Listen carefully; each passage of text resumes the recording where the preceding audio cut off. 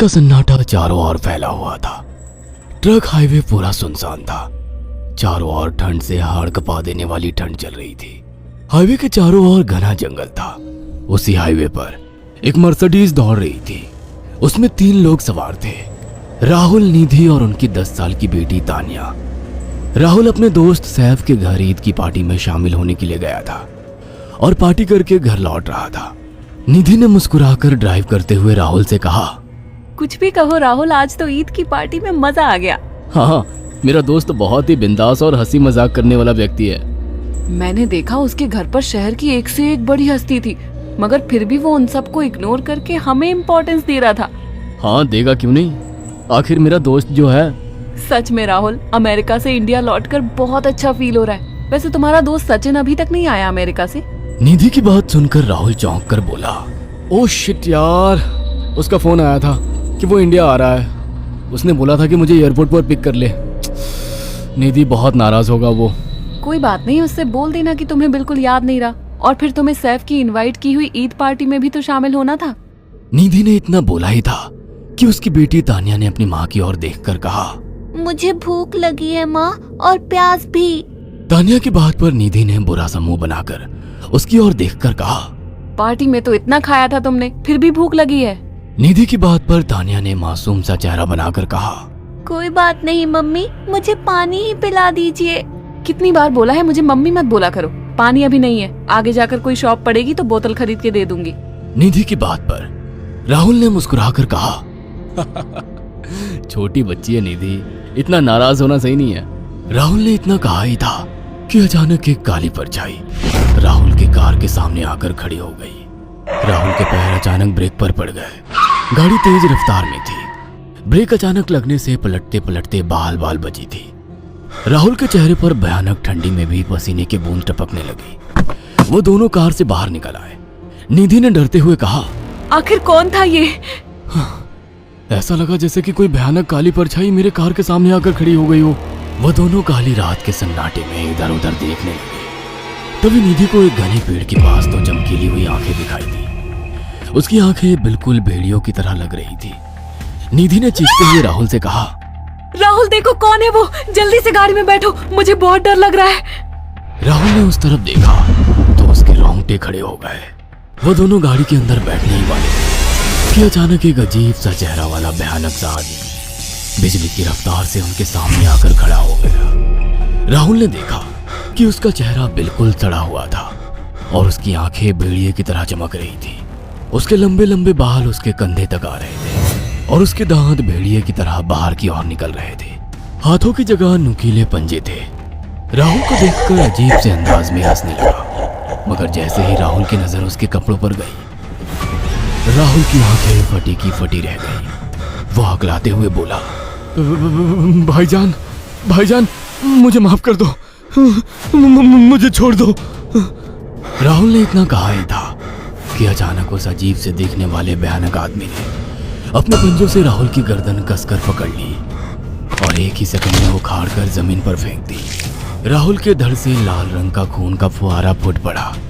इस भयानक मंजर को देखकर निधि के गले से एक जोरदार चीख निकल गई। निधि इससे पहले भागती कि अचानक उस भयानक दिखने वाले आदमी ने निधि को पकड़ लिया और अपने नुकीले पंजे उसके पेट में गड़ा दिए और उसकी अतड़ियां बाहर निकाल दी।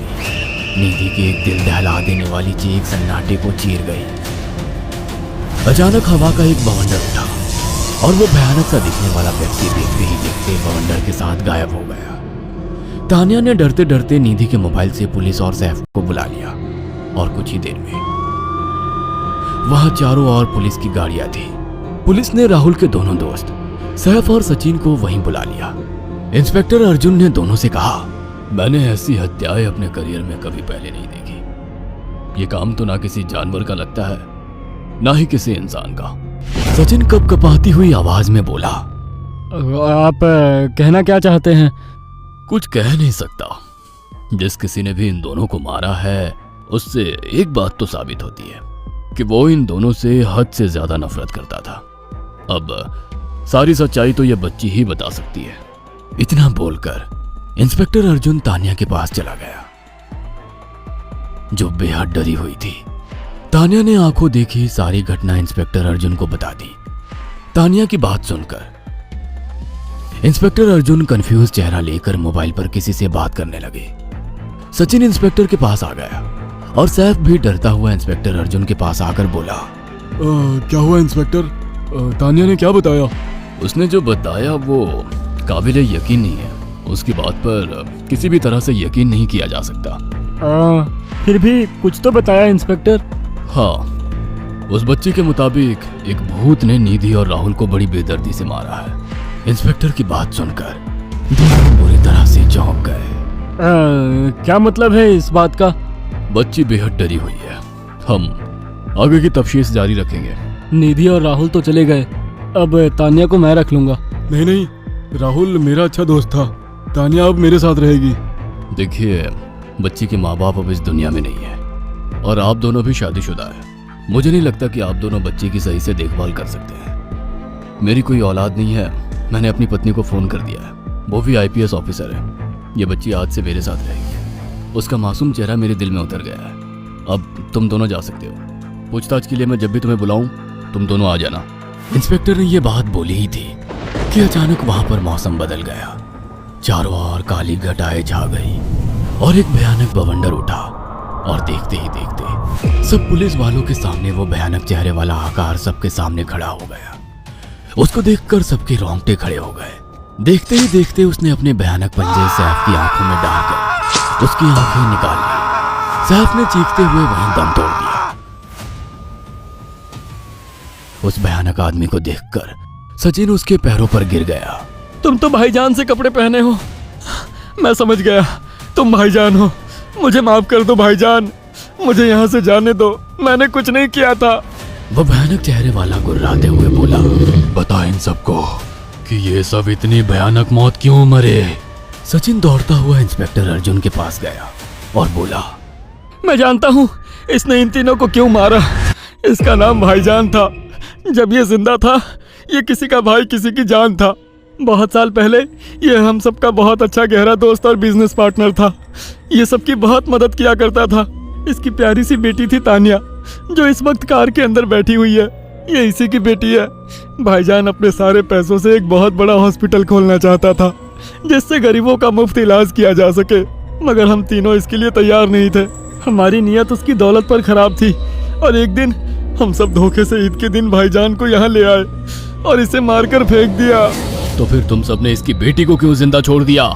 हमें बाद में पता लगा कि भाईजान ने सारी जायदाद अपनी बेटी के नाम कर दी है, इसीलिए हमने भाईजान की पत्नी को भी मार दिया। और तानिया का तुम 18 साल की उम्र पूरी करने का इंतजार कर रहे थे ताकि सारी जायदाद अपने नाम करा सको और बाद में उसे भी ठिकाने लगा सको। इसी के लिए तुम दोनों इस मासूम बच्ची को अपने साथ रखने की जिद कर रहे थे। जी, आपने बिल्कुल सही कहा। हम तानिया को भी इसी जगह लाकर मार देते।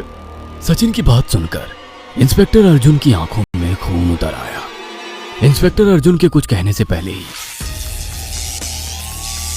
भाईजान बिजली की रफ्तार से इंस्पेक्टर अर्जुन की आंखों के सामने से सचिन को पकड़कर ले गया और उसके शरीर के टुकड़े टुकड़े कर दिए और हवा में उठे एक तेज बवंडर के साथ गायब हो गया। सारी घटना इंस्पेक्टर अर्जुन की आंखों के सामने हुई थी। तानिया को इंस्पेक्टर अर्जुन और उसकी पत्नी ने अपनी